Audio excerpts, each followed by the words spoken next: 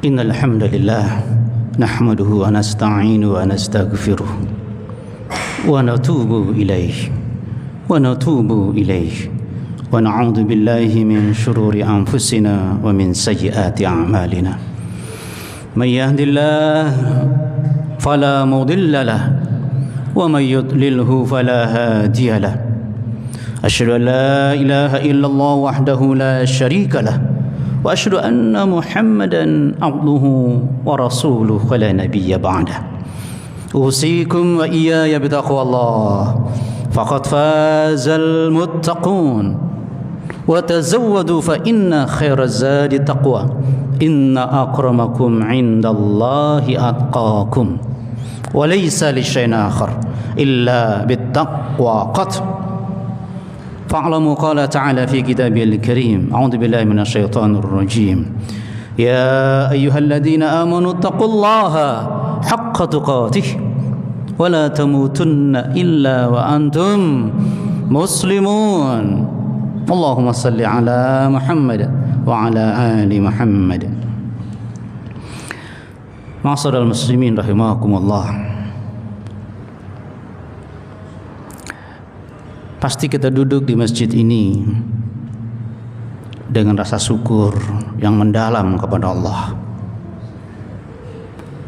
diiringi dengan keyakinan yang semakin kuat dalam diri kita. Kita yakin tak satu pun di antara kita bisa bahagia dalam hidup ini, meskipun kita punya harta halal melimpah tidak terkira jumlahnya, apalagi sekedar harta hasil haram. Kita juga yakin tak satu pun di antara kita bisa mulia dalam hidup ini, meskipun kita punya jabatan tinggi, diraih dengan lurus, jujur, benar, tidak ada kezaliman, tidak ada pencitraan palsu. Apalagi sekedar jabatan yang diraih dengan cara licik, penuh kezaliman, penuh dengan kepalsuan dan kebohongan. Bahkan kita sangat yakin tak satu pun di antara kita bisa sukses dalam hidup ini, meskipun kita menjalani strategi hidup yang lurus, benar, terpuji, terbaik bahkan. Apalagi sekedar strategi hidup yang menghalalkan segala cara tanpa tahu etika. Kecuali kita yakin siapa di antara kita yang mendapat rahmat Allah pasti mudah bahagia. Dan hanya karena rahmat Allah saja kita bisa mulia dalam hidup ini. Dan hanya karena rahmat Allah saja kita bisa sukses di dunia bahkan sampai di akhirat. Rasulullah SAW sendiri mengatakan, aku sukses masuk surga karena rahmat Allah.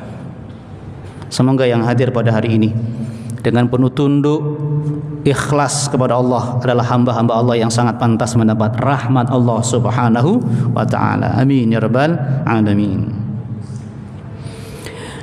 Ma'asyiral muslimin rahimakumullah. Dalam perjalanan hidup yang pasti penuh godaan, bahkan tipuan, baik dari dunia dengan segala macam kenikmatannya, dan tipuan syaitan yang terus menghembuskan bisikan ke dada-dada kita semuanya.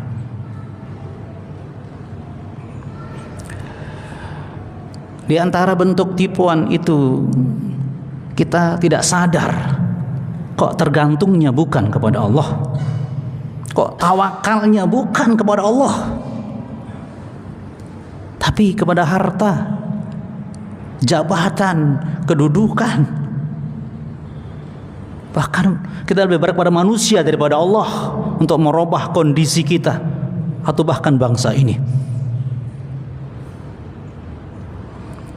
Pasti orang-orang yang menggantungkan harapannya kepada selain Allah, hidupnya bukan semakin bahagia, tapi semakin hancur dan sengsara, semakin hina.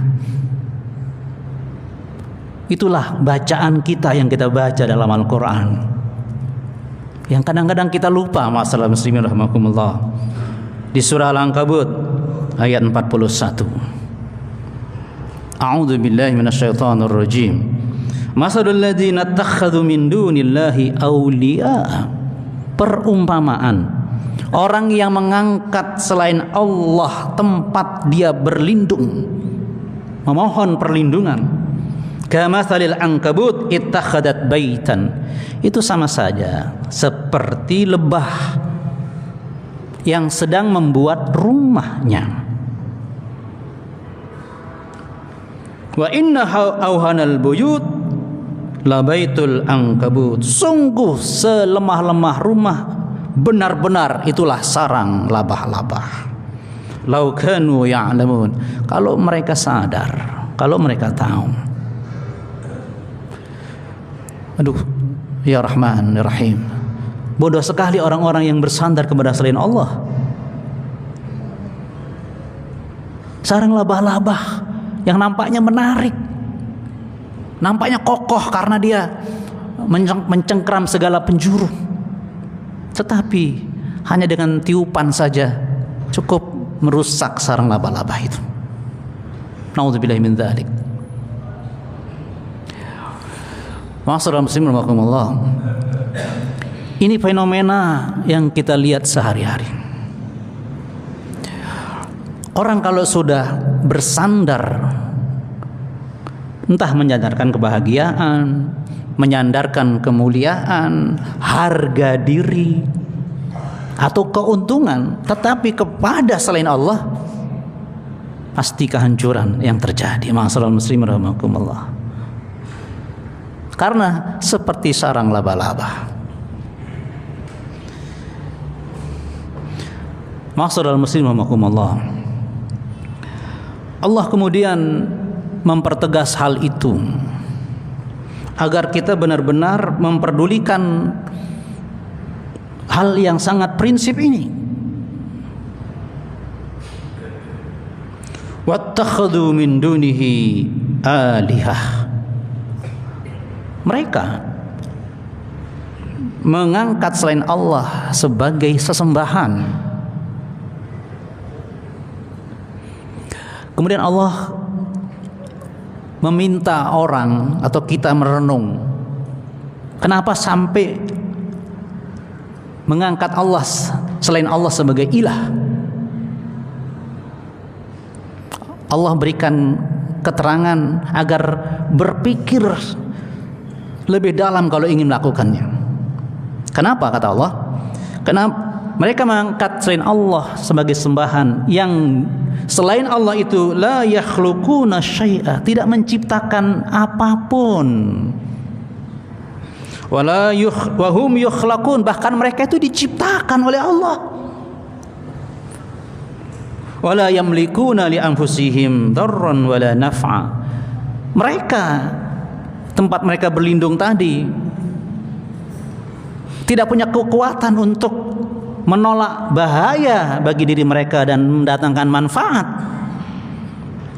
Wala yamlikuna mauta wala hayata.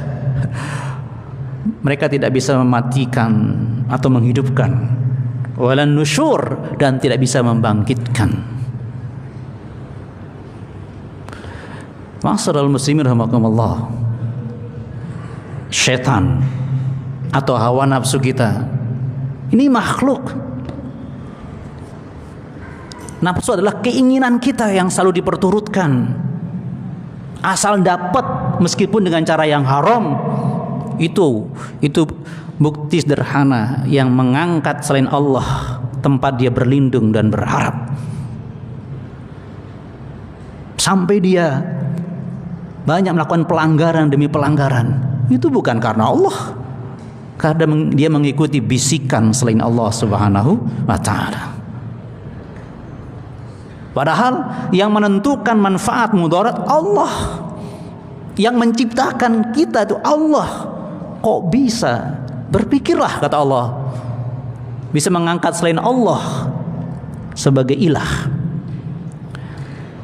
Jemaah sekalian, kata-kata ilahun,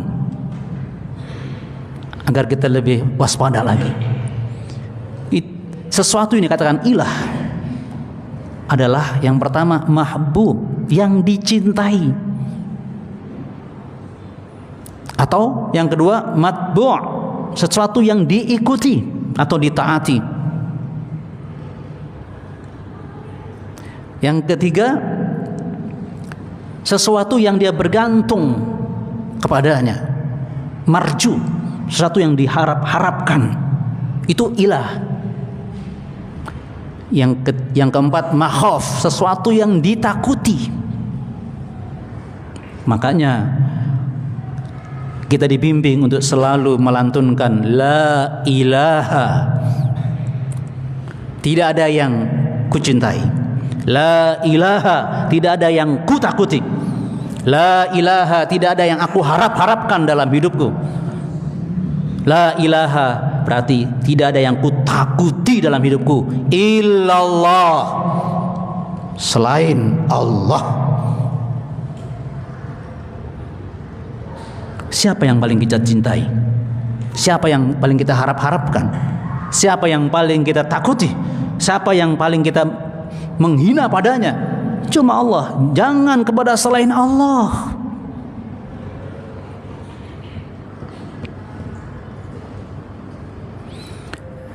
Ya, kita akan seperti hidup di sarang laba-laba, gampang hancur, gampang rusak. Ma'asyiral muslimin rahimakumullah.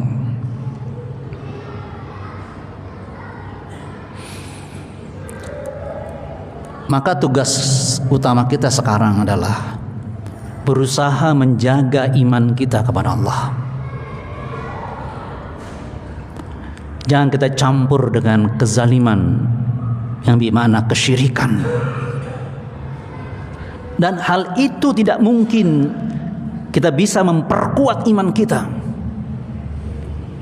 agar tidak beralih kepada seolah-olah kita berlindung kepada kekuatan yang maha kuat, padahal kepada sarang laba-laba.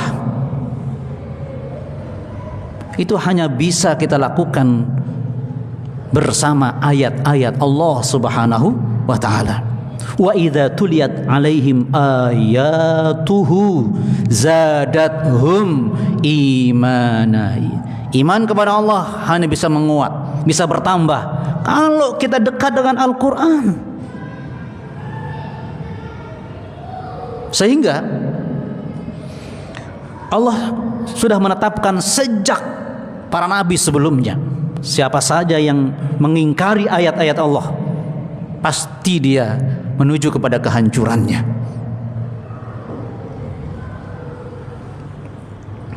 Itu yang Allah gambarkan kepada kita semuanya, jemaah sekalian. Di surah Al-Furqan ayat 36. Faqul nadhhaba ilal qaum alladzi kadzdzabu biayatina. Nabi Musa dan Harun diminta untuk terus menghadapi dan mendakwahi kaumnya. Dan Allah ingatkan, al-qaumul ladzi kadzdzabu biayatina, orang-orang yang mendustakan ayat-ayat kami. Padammarnahum tadmira, pasti kami hancurkan mereka sehancur-hancurnya.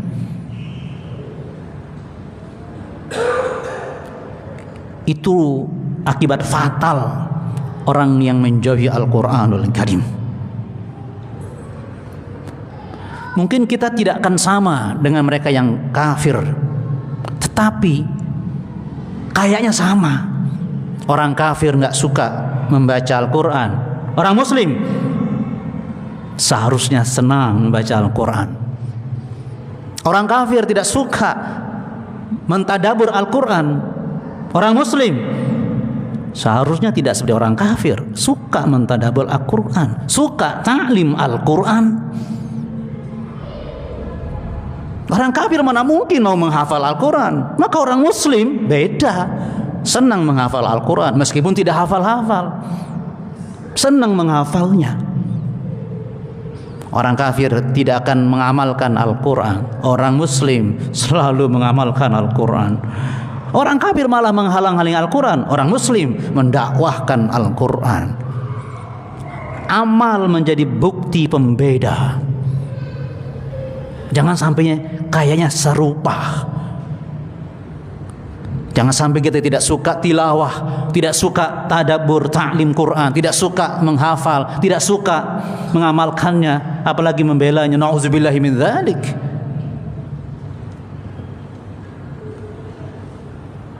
Kita bersyukur ada masjid yang selalu mengadakan ta'lim Quran dan gratis.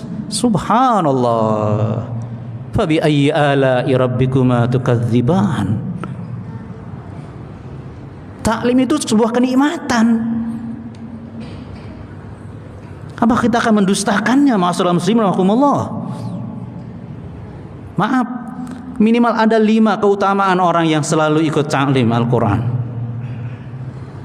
Yang pertama, malaikat akan selalu mengurumuni majelis taklim itu. Haffat alaihimul malaikah. Artinya, orang yang tekun taklim Al-Quran, insya Allah sifatnya cenderung seperti malaikat, bukan syaitan. Karena dia selalu akrab dengan malaikat di majelis taklim.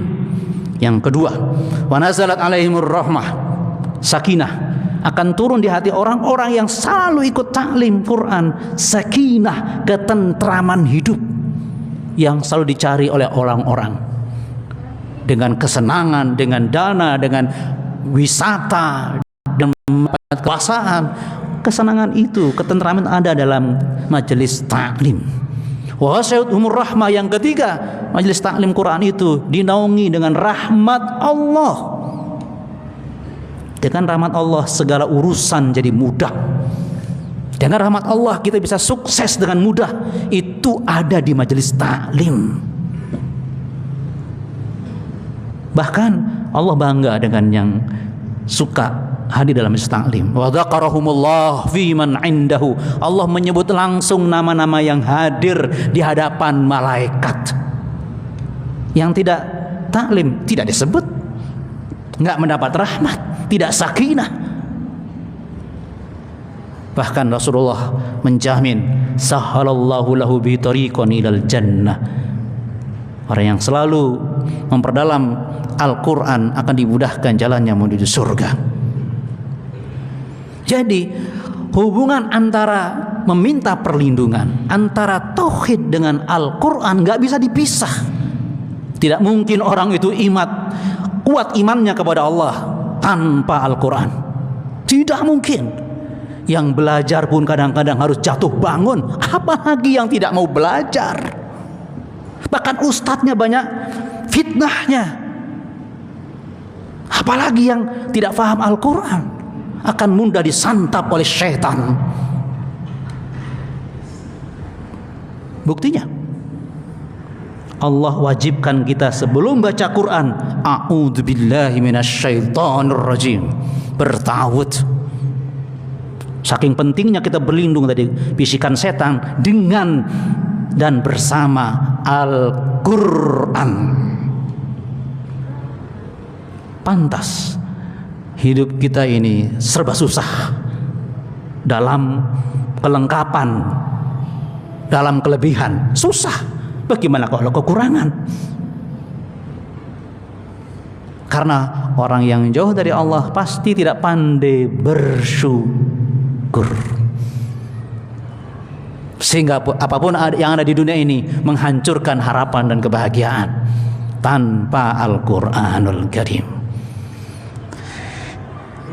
Saya tutup dengan gambaran kasih sayang Rasulullah yang diharapkan apa yang seharusnya terjadi pada umatnya atau kita khususnya.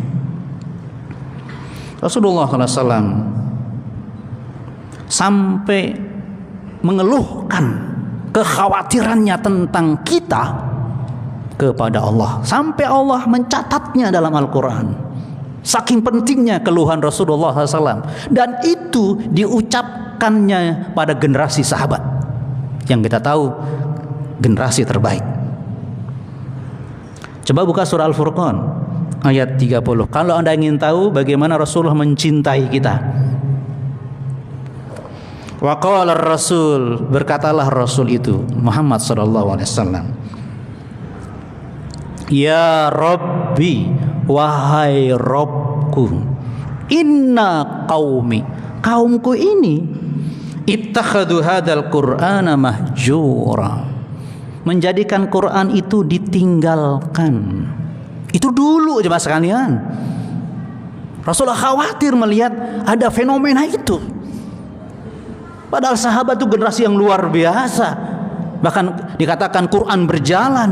Tapi Rasulullah berdoa menyampaikan keluhannya, ittakhadu hadzal Qur'ana mahjura. Mereka meninggalkan menjauhi Al-Quran. Apa makna jemaah sekalian? Inna qaumil ladzi ba'astani ilaihim taraku hadzal Qur'an wa a'radu an. Engkau utus aku kepada mereka ya Allah, tapi mereka meninggalkan Al-Quran dan berpaling dari Al-Quran. Jadi Rasulullah sedih melihat umatnya yang meninggalkan Al-Quran dan berpaling darinya. Ingat 5 T tadi, kewajiban seorang mukmin kepada Al-Quran. T pertama tilawah, T kedua tadabbur, T ketiga tahfidz, T keempat tanfid, melakukannya, mengamalkannya, T terakhir tabligh, mendakwahkannya atau mengajarkannya. Pasti bersama Al-Quran hidup kita semakin bahagia, semakin mulia, semakin kuat dalam martabat yang tinggi. Jangan tertipu oleh dunia dan jangan tertipu oleh sang penipu setan yang terkutuk. Barakallahu li wa lakum wa nafa'ani wa iyyakum bima fihi minal ayati wa dzikril hakim wa taqabbal minni wa minkum tilawatahu wastaghfirullahal azim. Astaghfirullahal azim innahu huwal ghafurur rahim.